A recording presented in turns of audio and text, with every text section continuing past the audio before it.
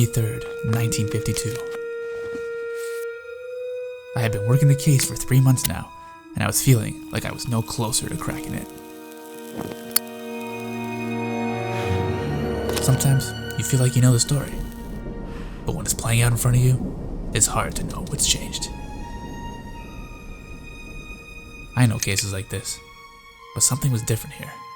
Something just wasn't adding up. There were still too many unknowns. Why were there no witnesses? Why did the bartender finish his shift early that night? And who was the girl?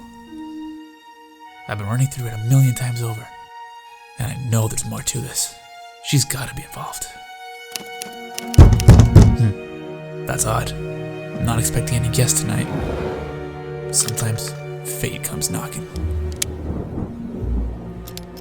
Maybe I'm on the right track, pulling on the right threads, but I can't slip up now. You can never be too careful. Not in this business. Not in this crazy world.